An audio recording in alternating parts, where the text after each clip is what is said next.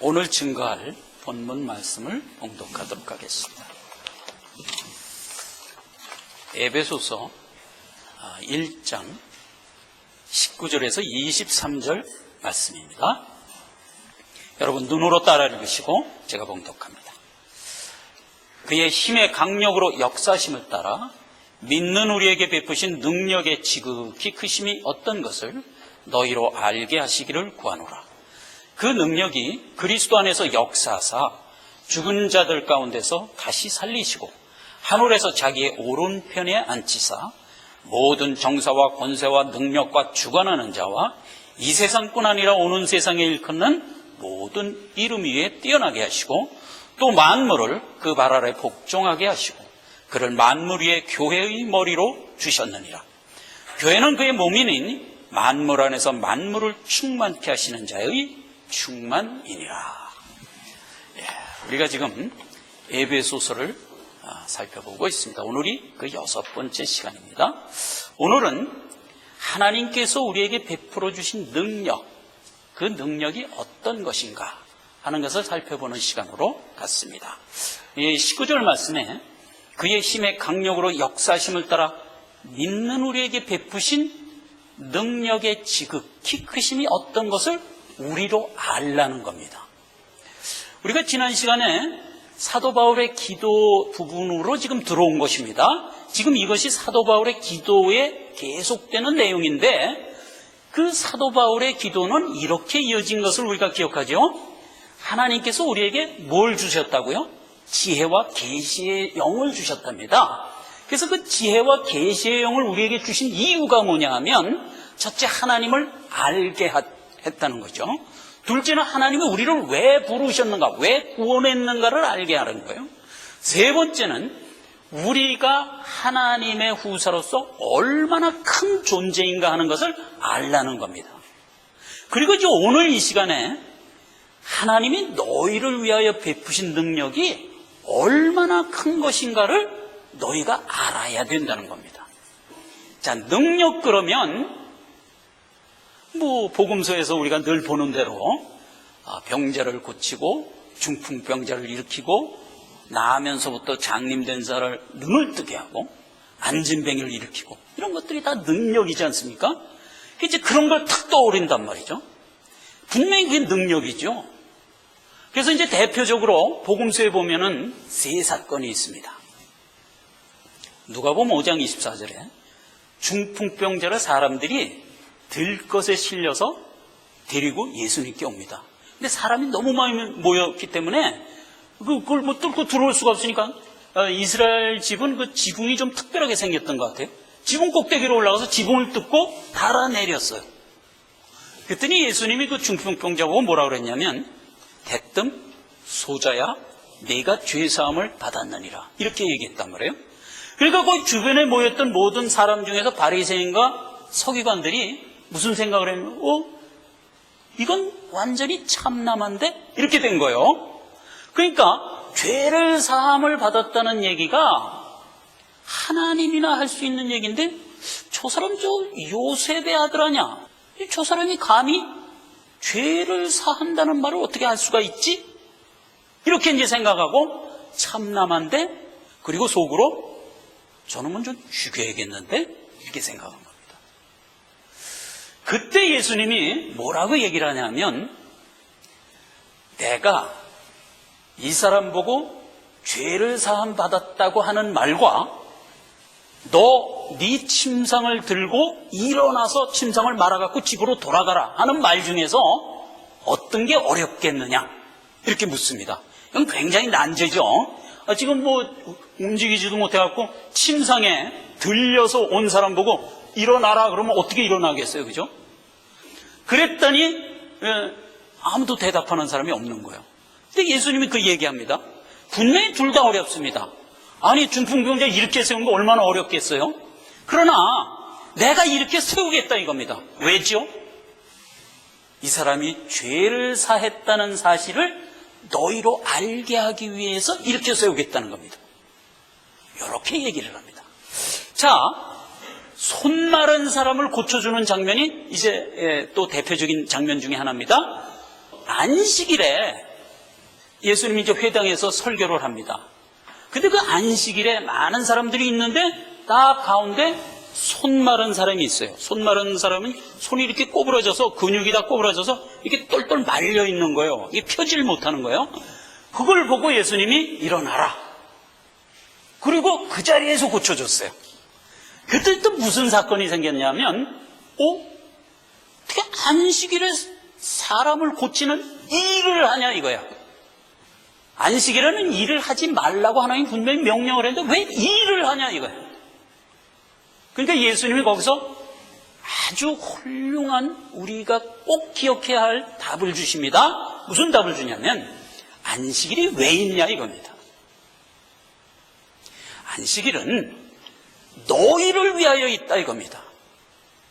그래서 너희를 온전케 하기 위해서 안식일이 있는데, 그렇다면 꼬부라진 사람의 손을 펴는 게 어째서 안 되냐 이거예요. 종교 지도자들은 그걸 생각하지 않습니다. 하나님이 안식일날 일하지 말라고 했기 때문에 일 무조건 안 해야 된다는 거예요. 그러면서 예수님이 거기서 교훈을 줍니다. 왜 손을 펴게 해줬냐? 안식일이 어떤 것인가를 너희로 알게 하려고. 늘 그런 식이에요. 나면서부터 소경된 자를 요한복음 9장에 보면 눈을 띄워줍니다. 그래서 이 사람은 나면서부터 소경됐기 때문에 한 번도 본 적이 없는 사람을 눈을 팡 떼서 보게 해줬어요.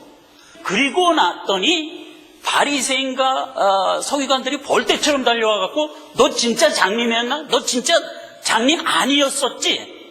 자꾸 이렇게 몰아가는 겁니다. 그러니까 이제 부모까지 동원해서 아니다, 이 사람은 날 때부터 장님이었다. 그럼 말도 안 된다 이거야. 누가 고쳐줬냐? 예수가 고쳐줬냐? 그 사람은 죄인이다. 이래가지고 이제 안 되겠다고 생각해서 요한복음 9장에 보면 안 되겠다, 예수를 아예 죽여버리자, 이렇게 작정을 합니다. 그때 예수님이 한 말씀이 뭐냐면, 내가 이곳에 왜 왔는지 아느냐? 내가 이곳에 온 것은 본다고 보는 사람들의 눈을 소경되게 하고 못 보는 사람들을 보게 하려 왔다 이거예요. 그게 예수님이 오신 목적이에요. 그걸 우리한테 깨닫게 하려고 지금 나면서부터 소경된 자의 눈을 띄워줬다는 겁니다. 자, 요런 식으로 이어지는 것이 주님이 우리에게 베풀어 주신 이적과 기적, 소위 능력이에요. 우리가 알고 있는 능력이에요.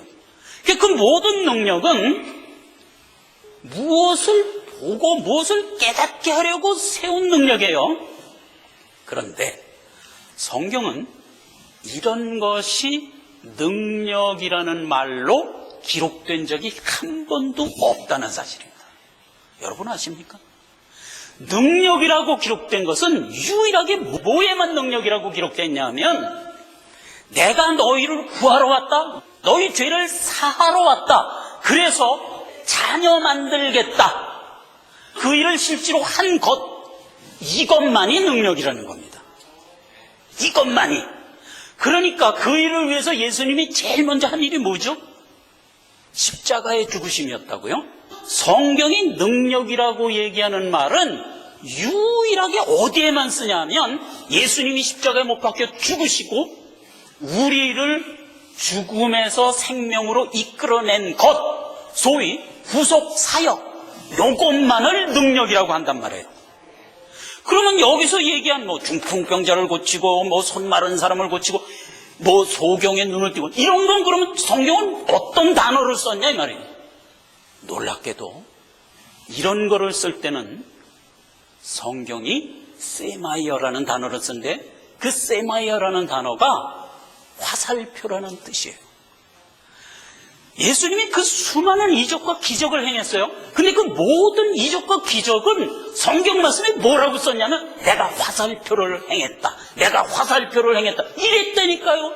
한 번도 그런 걸 능력이라고 얘기한 적도 없고 기록된 적도 없다 이겁니다. 요걸 우리가 알아야 돼요. 능력이 뭐냐 할 때, 예수 그리스도가 하신 일, 우리를 구원하신 일, 이게 능력인데, 그 능력을 우리가 못 알아먹으니까 예수님이 어떻게 했다고요? 그 능력을 알아먹기 위해서 우리에게 설명을 해주고 계세요. 근데 그 설명을 두 가지 방법으로 합니다. 하나는 비유를 들어서 설명합니다. 또 하나는 표적을 들어, 화살표를 들어서 설명합니다. 이 두 가지 방법이에요. 근데 여러분, 비유는 세상에 있는 현상이나 물건을 가지고 설명하는 방법이에요. 그러니까 우리가 아는 것들이에요. 어떤 거냐면 포도나무와 가지, 이런 걸 비유로 들어서 얘기합니다. 내가 포도나무면 너희는 가지다, 이렇게 비유하는 거예요. 포도나무에 가지가 붙어있으면 살아있는 거죠. 가지 끝에 뭐가 열려요? 열매가 열리잖아요. 그걸 비유하기 위해서 그렇게 얘기하는 겁니다.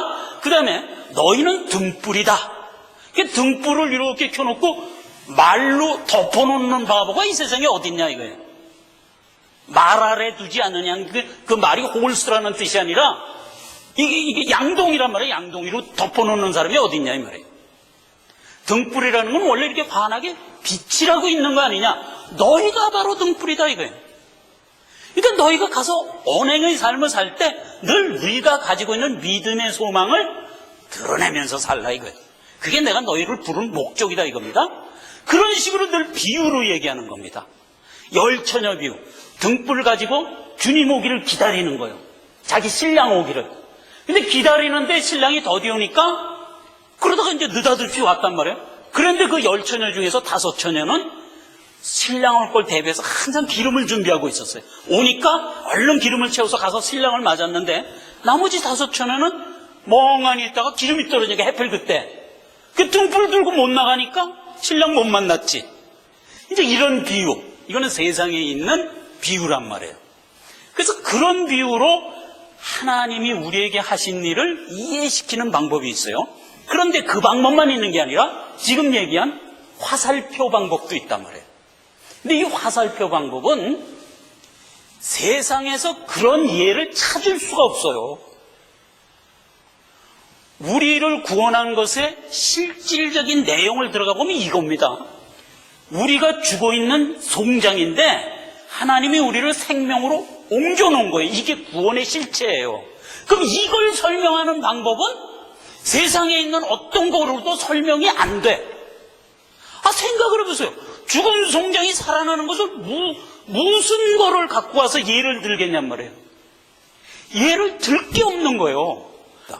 그러니까 예수님이 공생의 3년 동안에 우리에게 베풀어 주신 이적과 기적은 전부 그걸 설명하는데 불가문 세상에는 어떤 예도 없으니까 할 수 없이 초월적인 방법으로 예를 만들어서 보여주는 거예요.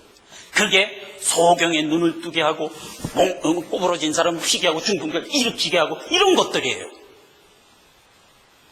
그러니까 이런 것들은 능력이 아니라 우리로 뭐를 알게 하려고 우리에게 베푼 능력, 진짜 능력을 깨닫게 하려고 사용하고 있는 화살표란 말이에요. 그런 건 능력이 아닌 거예요. 왜냐하면 생각해 보세요. 죽은 나사로를 예수님이 살려요. 썩어 냄새가 나서 죽은 지 사흘이 됐어요. 그러니까 송장이 되니까 벌써 부패를 했을 겁니까? 근데 냄새까지 나요. 그런 나사로를 살려내요. 그 무덤에서 이렇게 칭칭 감았던 붕대를 풀르면서 나와요, 나사로가. 얼마나 극적인 장면이에요. 근데 그걸 왜 보여줬다고요? 화살표로 보여줬단 말이에요. 너희가 이렇게 죽어있던 자인데 이렇게 생명으로 옮긴 것, 이게 너희에게 임한 구원의 내용이니라 하는 걸 설명하기 위해서 죽은 나사로를 살리는 방법으로 우리에게 화살표를 보여준 거예요. 그게 화살표인 확실한 증거가 어디서 나오죠? 그 나사로가 지금 살았나요? 죽었죠. 우리가 똑같이 나이 70, 80 되면 수환이 다 돼서 그 나사로도 죽었어요. 손 마른 사람 손 핀 거, 소경이 눈 뜬 거, 안진뱅이 일어난 거, 중풍병 다 죽었어요.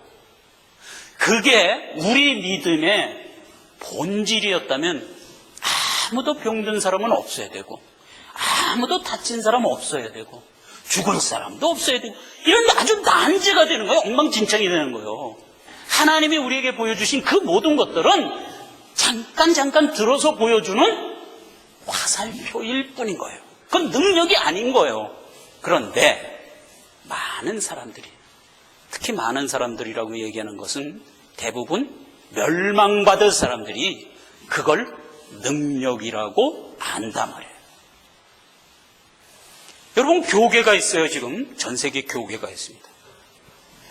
크게 양분되어 있습니다.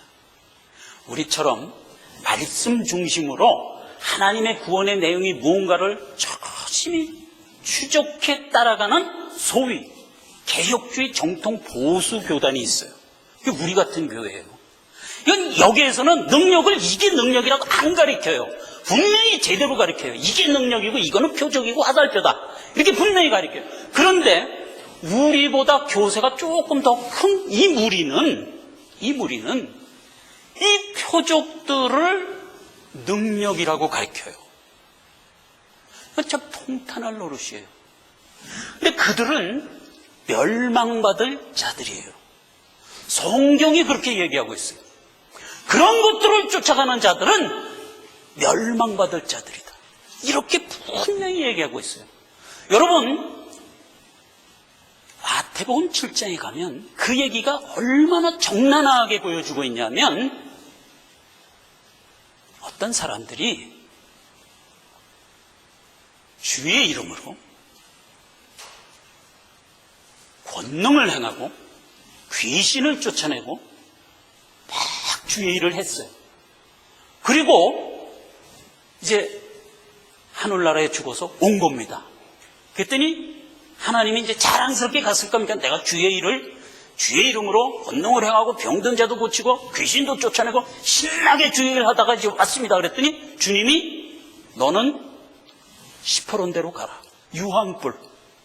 그쪽으로 가라는 겁니다. 이거 주님 왜 이러십니까? 나는 이 해가 지면 천국 가야 되는데. 아니다. 나는 널 도무지 모른다. 난 널 도무지 모른다.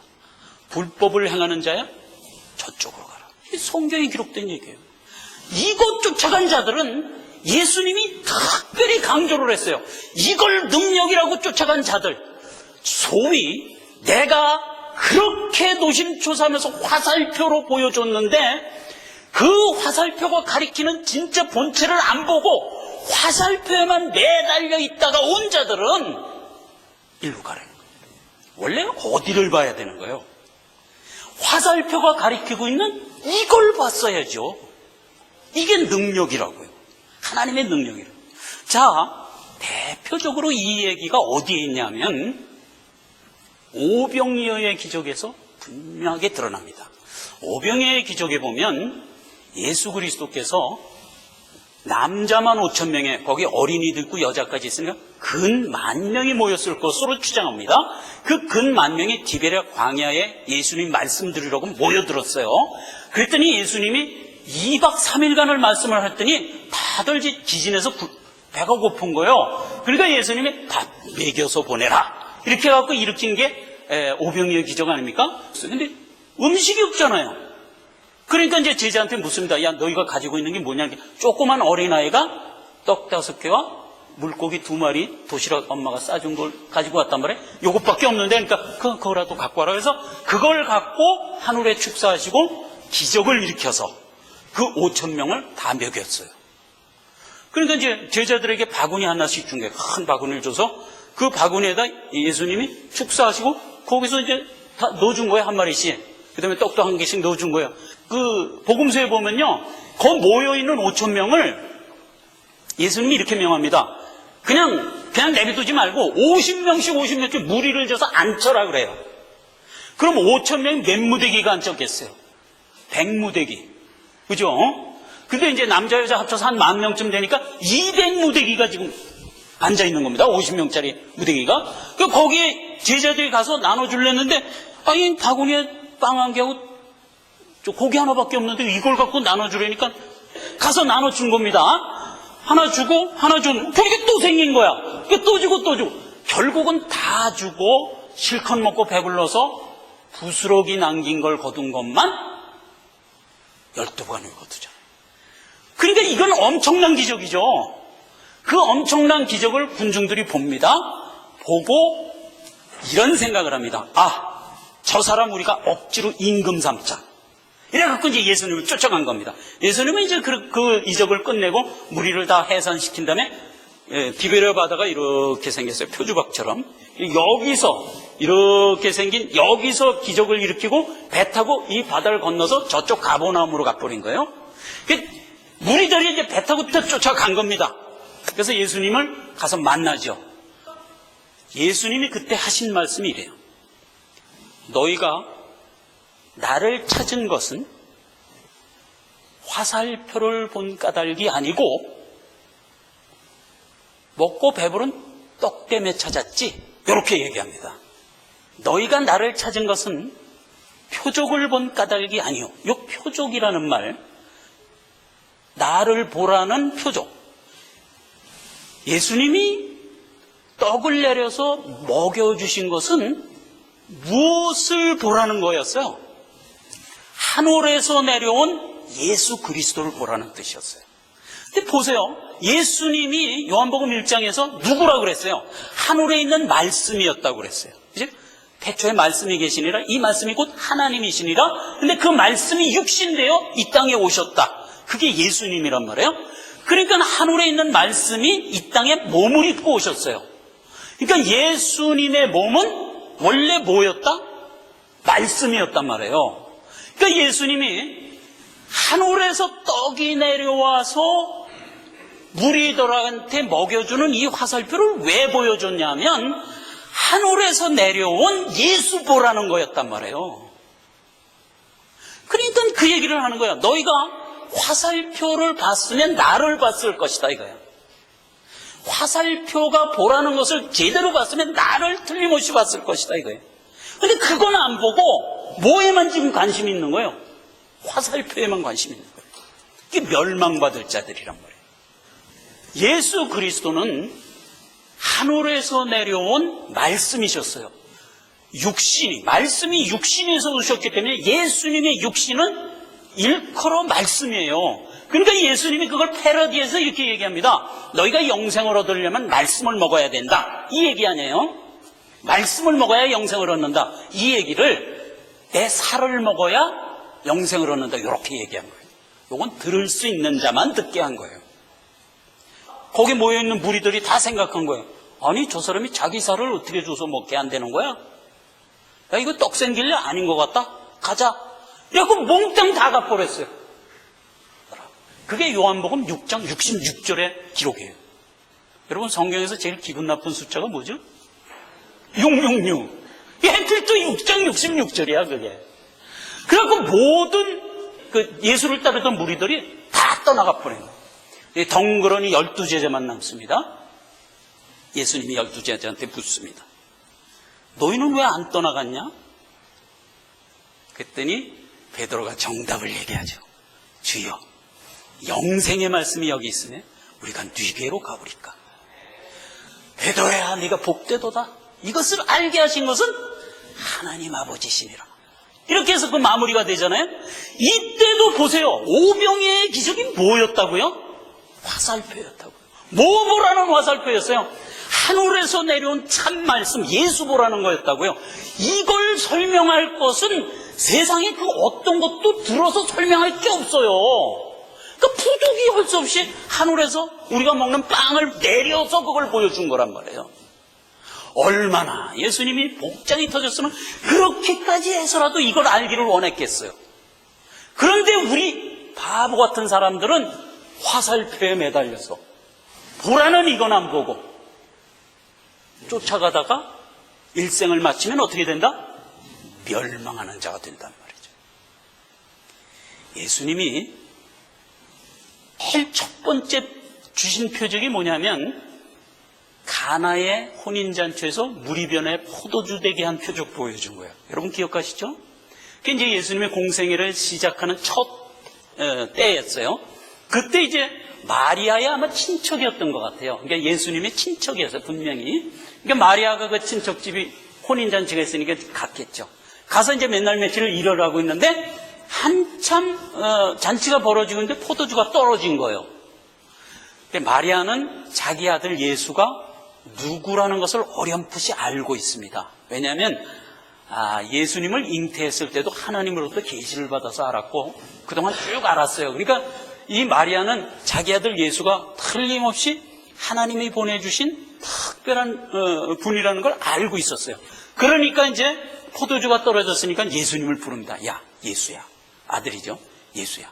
야, 이 집에 지금 포도주가 떨어질 텐다. 네가 좀 어떻게 해봐라. 그러니까 마리아는 분명히 예수님이 할 줄 알고 이제 그렇게 부탁한 거예요. 그때 예수님이 대답합니다. 이렇게 대답을 합니다. 어머니, 아직 내 때가 이르지 않았습니다. 이게 무슨 말이에요? 아니, 포도주 떨어져서 포도주 좀 어떻게 네가 좀 능력으로 좀 챙겨봐라 그랬더니 어머니, 아직 내 때가 되지 않았는데요. 이렇게 대답을 한단 말이에요. 이게 시크릿이에요. 이거 들을 수 있는 귀를 가진 사람만 들으라는 거예요. 성경이 그렇게 길어요. 이게 무슨 말인지 몰라요. 자, 보세요. 이 표적이 뭐냐 이거예요.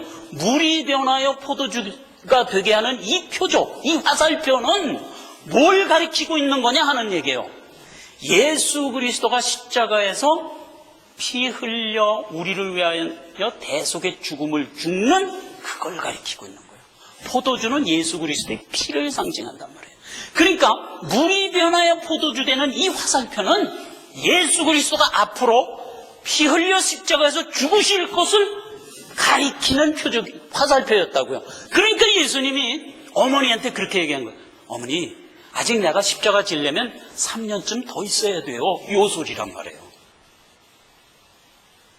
아직 내 때가 이르지 않았어요. 그 얘기가 아유 어머니, 내가 십자가 지려면 조금 더 있어야 돼요. 일단 믿는 우리가 알아들을 수 있는, 말하자면 암호와 같은 시크릿을 던져주고, 그리고 어떻게 해요? 물이 변화에 포도주 되게 하잖아요. 응? 표적을 보여주잖아요. 표적을 보여줘야 어쨌건 이걸 알 테니까. 그래서 물을 6항아리에 채워서 갖다 줘라. 갖다 줘보니까 이 기가 막힌 포도주인 거야.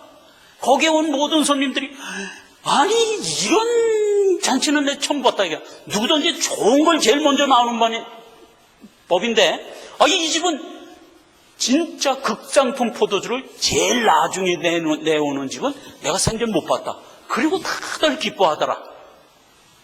이게 첫 표적이에요. 이 표적이 무엇을 지금 강하게 상징하고 있어요? 예수 그리스도의 하신 십자가 대속에 향하여 정확하게 포인트를 맞추고 있는 것을 우리가 알잖아요. 이게 표적이 가지고 있는 원래 컨셉이라고요. 이걸 이제 우리가 알아야 되는 거예요. 자, 그러면 하나님이 보기를 원하는 진짜 능력은 무슨 내용이냐 하는 겁니다. 그걸 우리가 잠깐 살펴보고 이 시간을 마칩시다. 예수 그리스도께서 십자가에 못 박히기 전에 예수의 제자들 다 모아놓고 저녁을 먹습니다. 그걸 유월절 만찬이라고 그러죠. 여러분 성화에 보면 최후의 만찬이라고 해서 제자들 쫙 앉아서 이렇게 만찬하는 그림 있잖아요. 그겁니다. 그게 유월절 만찬을 합니다. 그 유월절 만찬에서 예수님이 아주 중요한 여러 가지 일을 제자들에게 가르치죠. 그때 예수님이 이 유월절을 먹기를 원하고 원하였대요. 근데 자 보세요. 예수님이 이 유월절 만찬을 끝내고 나면 그날 밤으로 잡혀갈 겁니다. 지금 상황이 그렇게 예비되어 있는 겁니다. 제자들은 다 모르죠. 그러나 예수님은 알죠. 자기가 이 일을 위하여 이 땅에 왔고 지금 때가 딱 된 겁니다. 그래서 유월절 만찬을 일부러 하는 거예요. 오늘 저녁에. 하고 이제 나는 잡혀갈 겁니다. 그리고 밤새 고문당하고 십자가에 달려 죽을 거란 말이에요. 이걸 예수님이 다 아는 거예요. 알고 지금 만찬을 하는데 그 만찬을 예수님이 어떻게 했다고요? 원하고 원하였대. 내가 이 유월절 먹기를 원하고 원하였노라. 내일 십자가에 달려서 처참하게 죽을 거예요. 그걸 원하고 원하였다니까요. 예수님이. 이게 상상이 갑니까? 물론 우리를 구원한다는 대의 명분이 있습니다. 그러나 실질적으로 그 일은 죽어야 되는 일이었단 말이에요. 그런데 그걸 원하고 원할 수 있습니까? 이게 어디서 나올 수 있는 이런 마음입니까? 우리를 구원하고자 하는 그 사랑이 넘쳐나는 데서 나올 수밖에 없는 마음이라고요. 그런데 이제 6월절 만찬이 다 끝났습니다. 자기가 십자가에 못 박혀 죽기 위해서 잡혀가기 위해서는 무엇이 선행돼야 되냐면 자기 12제자 중에 섞여 있는 마귀가 그 일을 해야 돼요. 그게 누구죠? 유다잖아요. 예수님은 처음부터 유다가 마귀인 줄 알고 12제자로 택한 거예요. 왜냐하면 이때를 위해서 유다가 드디어 이제 사단이 그 마음속에 들어감으로 인하여 예수를 팔기 위해서 만찬석상에서 일어납니다. 그리고 나갑니다. 예수님이 이제 알죠. 아, 유다가 이제 나를 팔러 나가는구나. 알아요. 근데 제자들은 어떻게 생각했다고 성경에 기록됐어요? 아마도 유다가 예수님이 뭐 시킨 일이 있었나 보다. 누구한테 가서 뭐 구제하라고 뭘 시켰나 보다. 아니면 뭘 사오라고 시켰나 보다. 이렇게 생각하였더라. 성경은 참 자세히도 기록했어요. 제자들은 다 그렇게 생각했어요. 그런데 예수님은 안 거야. 아, 저놈이 이제 나를 나가서 팔는구나. 그러면 대제사장이 군병들 끌고 와서 나를 잡아가겠구나. 그러면 이제 이어져서 십자가에 내가 이제 달리게 되는구나. 이걸 아는 거예요. 알고 예수님이 제자들한테 뭐라고 얘기했냐면, 그건 예수님이 혼자만 아는 얘기야. 이렇게 얘기를 합니다. 이게 요한복음 13장 31절 말씀이에요. 저가 나간 후에 예수께서 가라사대 지금 인자가 영광을 얻었고 내 아버지도 인자를 인하여 영광을 얻었느니라. 이렇게 얘기를 합니다. 이제 내가 십자가에 틀림없이 잡혀 죽게 되는 첫 스텝으로 유다가 나갔어요. 이제 나가서 군병들 끌고 올 거예요. 이걸 예수님이 다 알아요. 이제 난 틀림없이 이제 십자가에 죽는구나가 확인이 되자 예수님이 뭐라고 얘기를 했다고요? 내가 영광을 얻었다. 이렇게 얘기했단 말이에요. 나뿐만이 아니라 나로 인하여 아버지도 영광을 얻었다. 이렇게 얘기한다니까요. 이 얘기는 바로 전에, 이 6월절 전에 겟세마네 동산에서 기도하는 과정에서 예수님이 길게 설명한 게 있어요. 그게 어디에 있냐면 요한복음 12장에 있어요. 인자의 영광을 얻을 때가 되었도다. 이렇게 얘기를 합니다. 이 제자들은 지금 무슨 얘기인지 모르는 거예요. 인자가 영광을 얻을 때가 되었느니라 하면서 비유로 얘기한 게 한 알의 밀알이 땅에 떨어져서 죽어야 열매 맺는다. 요 비유를 딱 얘기해 준 겁니다. 그러니까 자기가 죽어야 많은 사람들을 구원시키겠다. 이렇게 얘기한 거나 마찬가지예요. 그리고 나서 제자들에게 강력하게 교훈합니다. 사람이 자기 목숨을 버리면 영생을 얻으리라. 이런 교훈을 줍니다. 이게 굉장히 의미 깊은 교훈입니다. 그렇게 교훈을 주고 이제 내가 영광을 얻을 때가 되었다 그랬더니 그때 하늘이 열리면서 하늘에서 소리가 들립니다. 이게 참 극적인 얘기예요. 내가 영광을 얻을 때가 돼. 십자가에 못 박혀 죽게 되었다. 이제 한 알의 밀알이 땅에 떨어져서 썩어야 열매를 맺듯이 내가 죽어야 내 자녀들을 이끌 것이다. 이 얘기를 하자 하늘이 확 열립니다. 그리고 하늘에서 소리가 들립니다. 어떤 소리가 들리냐면 내가 지금 영광을 얻었도다. 하나님이 그렇게 얘기를 합니다.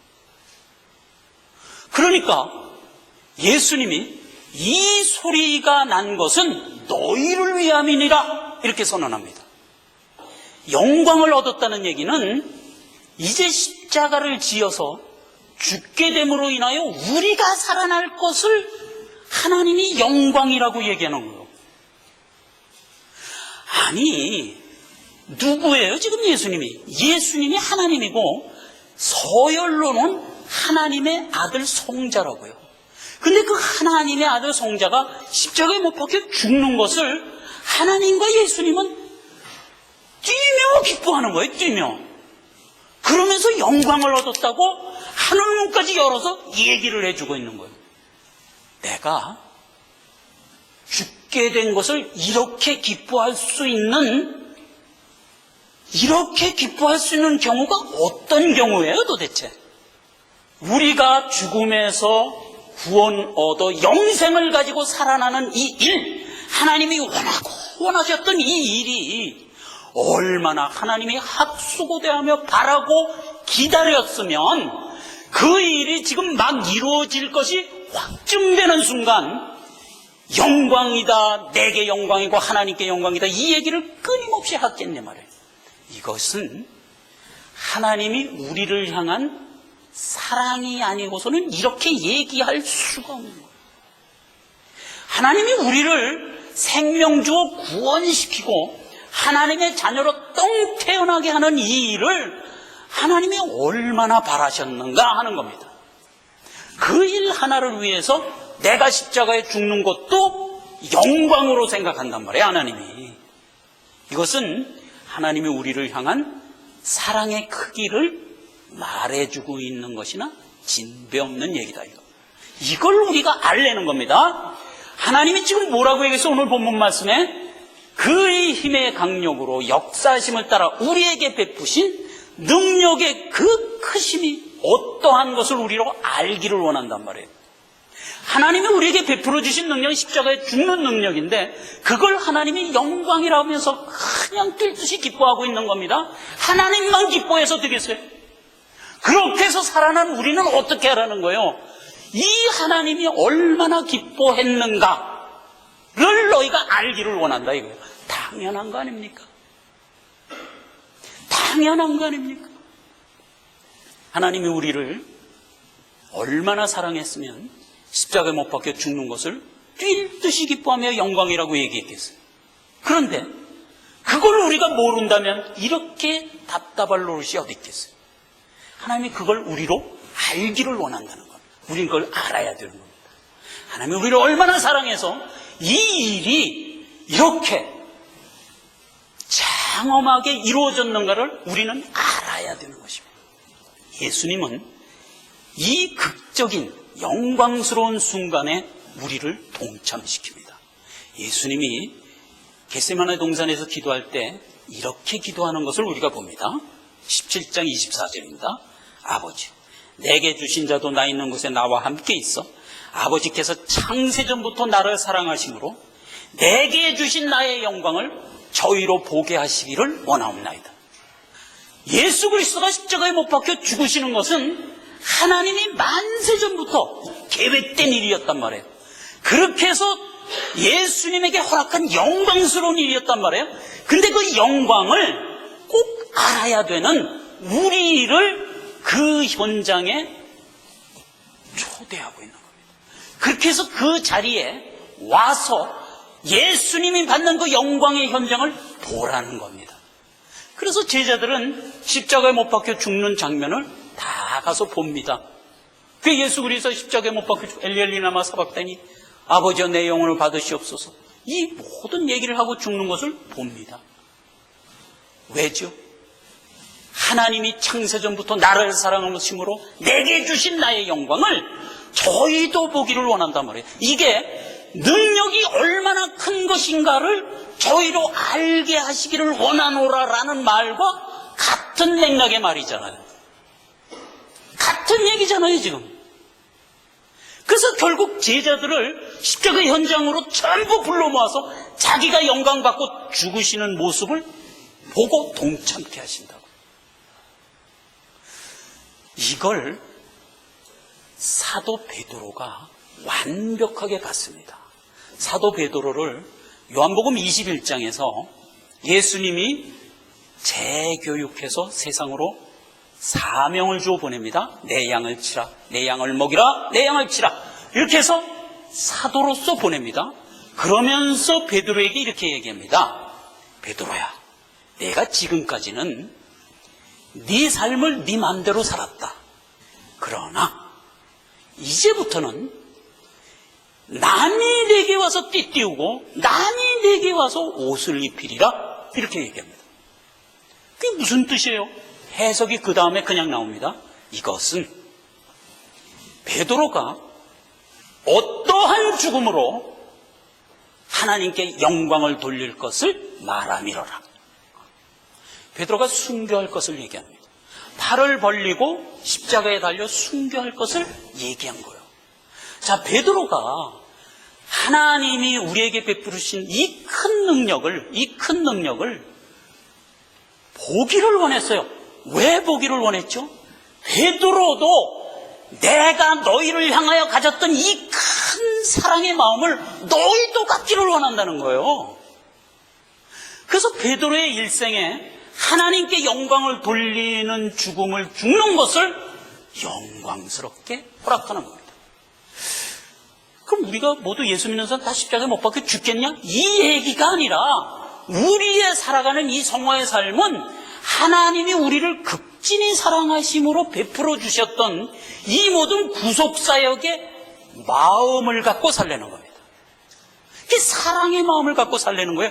그래서 빌립보서 2장 5절 8절이 정확하게 그걸 얘기하고 있어요. 너희 안에 이 마음을 품으라. 곧 그리스도 예수의 마음이니 그는 근본 하나님의 본체시나 하나님과 동등됨을 취할 것으로 여기지 아니하시고 오히려 자기를 비워 종의 형체를 가져 사람들과 같이 되었고 사람의 모양으로 나타나셨음에 죽기까지 복종하십니다. 이는 십자가에 죽으십니다. 우리 보고 어떤 마음 갖고 살라고요? 예수 그리스도가 우리를 위하여 사랑의 발로로 십자가에 못 박혀 죽는 것까지 기쁘게 감당했던 그 마음으로 너희도 살아가라 이겁니다. 우리의 성화 생활을 이 사랑의 마음으로 살아가기를 하나님이 원하고 원하시는 겁니다. 이게 하나님이 우리를 위하여 십자가 대속의 죽으심을 죽으신 열매 중에 가장 큰 열매라는 거예요. 우리가 그 마음을 가지고 살아가기를 원하는 겁니다. 사도 바울은요, 사도의 사명을 감당하는 가운데 몸이 아주 약했어요. 그래서 특히 사도 바울은 약골이었던 것 같아요. 몸이 하도 약하니까 여기도 아프고 저기도 쑤시고 견딜 수가 없으니까 하나님한테 3번 기도합니다. 하나님, 내가 이 사명을 감당하기 위해서는 좀 건강이 필요한 것 같습니다. 하나님 좀 건강 좀 주시죠. 이렇게 얘기했어요. 여러분, 사도 바울이 선교 여행을 구라파 지역, 이 터키 구라파 지역을 3번이나 뺑뺑 돌면서 했어요. 근데 여러분 지도를 보시면 알지만 터키 구라파 지역은 아주 악한 산악지대예요. 근데 지금은 비행기도 있고 자동차도 있고 뭐 탈 것이 많습니다만 그때는 아무것도 없었어요. 가면 전부 걸어갔어야 했어요. 근데 여러분 등산해봐서 문경세제 한번 올라가 보신 기억이 있습니까? 와, 너무 힘들어갖고 문경세제 끝까지 못 올라가겠어요. 그런데 사도 바울은 그 높은 산을 넘고 내리고 오죽하면 사도 바울하고 같이 그 사역했던 신라가 도망을 갔겠습니까? 얼마나 힘들었습니까? 근데 그걸 3바퀴를 돕니다. 그런데 몸이나 성해요. 여기 쑤시고 저기 쑤시고 그냥 골골하면서 그걸 하는 겁니다. 이게 하나님한테 기도를 3번이나 했어요. 내가 이 고생 참는 거는 다 참겠습니다. 근데 몸까지 이렇게 약하니까 이게 견딜 수가 없어서 좀 고쳐주십시오 그랬더니 주님이 뭐라고 얘기하냐면 이놈아, 네가 골골하는 것이 네게 은혜다. 아니 이렇게 지독한 말을 할 수가 있습니까? 근데 이거는 사도 바울을 상당히 큰 반열에 있기 때문에 이렇게 얘기할 수 있는 거예요. 아직 어린애 신앙한테 그런 식으로 얘기하면 좌절하죠. 근데 사도 바울은 워낙 높은 경지까지 신앙이 가 있기 때문에 주님이 그렇게 얘기할 수 있는 거예요. 사도 바울이 깨닫습니다. 아, 그렇구나. 내가 골골하면서 이 일을 하는 것만이 주님이 그 모진 고통과 고난 속에 우리를 구원한 마음을 100분의 1이라도 이해할 수 있는 기회이구나 하는 걸 깨닫습니다. 그래서 사도 바울이 그때서부터는 골골하는 걸 자랑하며 살리라. 왜지요? 주님이 우리로 알기를 원하는 내가 내게 베풀어 주신 그 큰 능력을 바울도 갖고 살기를 원했단 말이에요. 이 마음이 우리에게도 있어야 되는 겁니다. 주님이 제자들한테 얘기합니다. 내가 이제 곧 아버지께로 간다. 내가 가면 나의 일을 너희가 할 것이다. 이렇게 얘기합니다. 아니, 나보다 큰 일도 하리라. 이렇게 얘기합니다. 이게 바로 그 얘기예요. 내게 베풀어 주신 이 큰 사랑의 발로로 일어났던 나의 이 능력, 십자가를 지는 것을 기쁨으로 질 수 있었던 이 능력을 너희도 갖기를 원한다 이겁니다. 그 얘기거든요. 근데 이 말을 아까 얘기했죠. 기독교의 반쪽은 뭐로 받는다고요? 병 고치고 공중부양하고 이적 일으키고 이렇게 받는다고요. 누구라고요? 파란 데 갈 사람. 마태복음 7장 말씀이라고. 불법을 행하는 자들아 내게서 떠나가라. 정신 차립시다. 우리에게 하나님이 주신 이 귀하고 복된 사랑의 마음을 우리가 갖기를 원한다니까요. 그래서 우리가 예수의 마음을 가지고 지금 우리에게 베풀어 주신 이 큰 사랑과 구원을 만끽하면서 우리에게 허락한 삶을 이 사랑의 마음으로 살아갑시다. 기도합시다. 하나님 아버지, 은혜를 감사드립니다. 오늘 하나님께서 우리에게 베풀어 주신 능력의 지극히 크심이 사랑의 지극히 크심이라는 의미였던 것을 깨닫습니다. 우리가 이 귀한 마음을 가지고 우리에게 허락한 성화의 삶을 참으로 복되게 살아가기를 구합니다. 예수님의 이름으로 기도했습니다. 아멘.